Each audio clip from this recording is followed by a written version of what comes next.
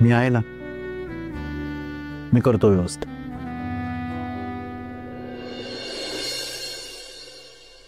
मी सांगितलेलं काहीच कसं ऐकत नाही तुम्ही. का नाही बोलवलं राधाला आणि विराजाचं जेवायला इकडे? आता हिला कसं सांगू की राधा आणि विराजाची तिकडे काय अवस्था आहे, ते किती जाचात आहे. काय विचारतीये मी? पूजा होती काल त्यांच्याकडे, मग कसे येणार ना ते? अहो मग हे कोण सांगणार? मुंग्या, ए मुंग्या, इकडे ये ना जरा. हा बाई.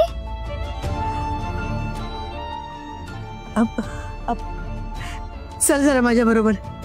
कुठे निघालात दोघे? राधेकडे चाललीये मी. काय? कशासाठी? नाही नाही नाही जायचं तिच्या घरी. घरात नाही जाणार. हवं तर तिला बाहेर बोलवून घेते, बघते मी काय ते. माई नाही म्हटलं ना, ऐकत जा माझं कधीतरी. काय ऐकायचं मी? नेहमी नेहमी मीच काय ऐकायचं? माझं कुणीच ऐकणार नाहीये का? चंदू शेठ, मी वेडी नाहीये की राधाची एवढी काळजी करतेय. चंदू शेठ, काही गोष्टी मला कळतात ज्या तुम्हाला नाही कळणार. तुम्हाला नाही माहिती, त्या घरात काय त्या घरात? काही नाही. आता इतकंच सांगते, ते दोघे जण जर आता इथे आले नाही ना, तर मी कोणाचं काहीच ऐकणार नाही. मी राधाला भेटायला जाणार म्हणजे जाणार.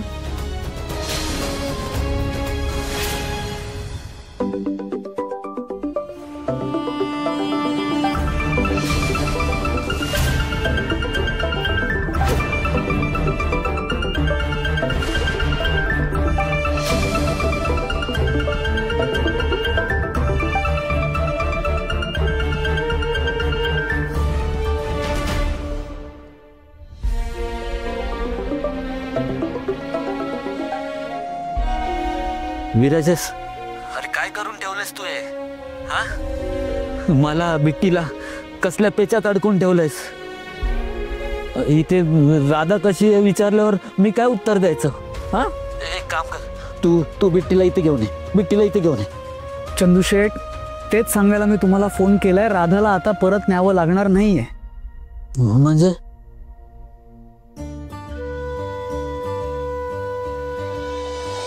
आय थिंक यांचाच मसाला आपण यायला हवाय. सो कॉन्ट्रॅक्ट ह्यांच्या सोबतच करूया. Will you accept our offer? हो.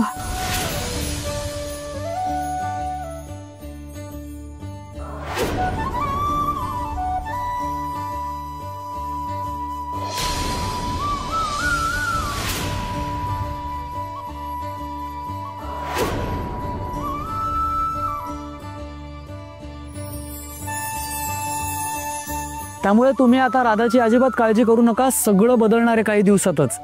अरे पण विराजस, एवढं सगळं करायला पैसे तर लागणार ना? हा, पैसे तर लागणार, पण तुम्ही काळजी करू नका, त्याची सोय होती.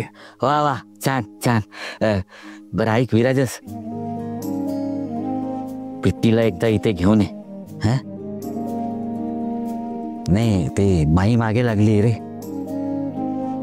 हा, नाही नाहीतर माई तिकडे यायची आणि माई तिकडे आली ना तर घोळ होईल. हा, नाही मी अडवून ठेवलंय तिला, पण ती काय बिट्टीला भेटल्याशिवाय शांत होणार नाही. घेऊन ये. ठीक आहे, बघतो मी काय करता येते मला. मी ठेवू चंदू शेठ? हा, ठेव ठेव. हा, ओके, काळजी घ्या. Yes yes. देवा, राधाने जे ठरवले त्यात बिराजदार साहेबांनी काही विघ्न नको आणायला. माझ्या राधाच्या पाठीशी राहा देवा.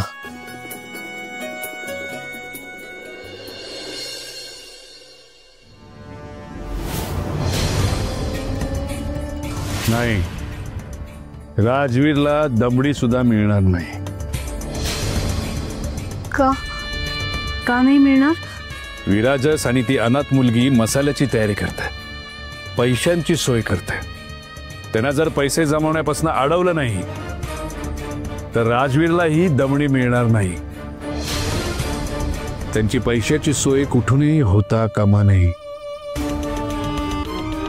कारण तसं जर झालं तर त्याचे परिणाम काय होतील हे चांगलंच माहिती आहे तुला.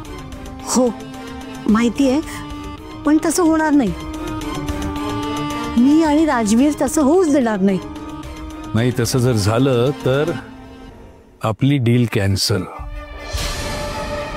मग तुम्ही मला थोबाड सुद्धा दाखवायला यायचं नाही. हो कळलं. राजवीरच्या हातात सगळी सूत्र येण्यासाठी ही उत्तम संधी आहे. त्यामुळे काहीही झालं तरी राधाला या घरात न मी घालवणार म्हणजे घालवणारच. कारण ती गेली की तिच्या मागे विराजसही जाईल आणि मग विजेंद्रचा व्यवसाय हातात आला की त्याची हाजी पण करावी लागणार नाही. हिच्यासारखी प्यादी राजा होण्याचे स्वप्न बघताय, पण यांना माहित नाही या खेळाचा राजा एकच, विजेंद्र विराजदार. मी तर यांचा फक्त वापर करून घेणार आहे आणि एकदा का ती अनाथ दरिद्री मुलगी हरली की राजवीर आणि हिला सुद्धा तिची जागा दाखवणार आहे.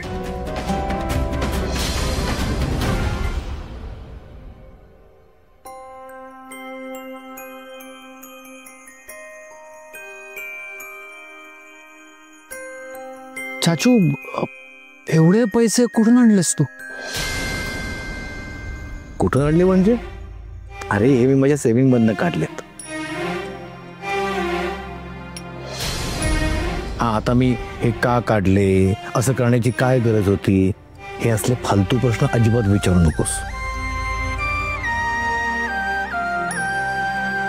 मला तुम्हा दोघांसाठी जे जे करणं शक्य आहे ते मी करणार. विषय संपला, कळलं?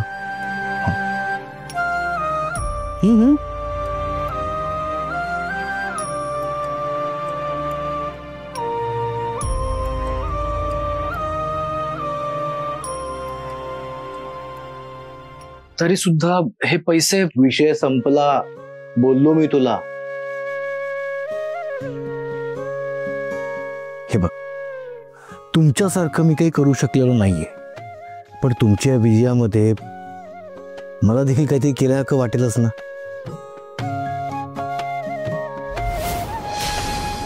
आणि काय रे, चाचू चाचू म्हणतोस ना नेहमी,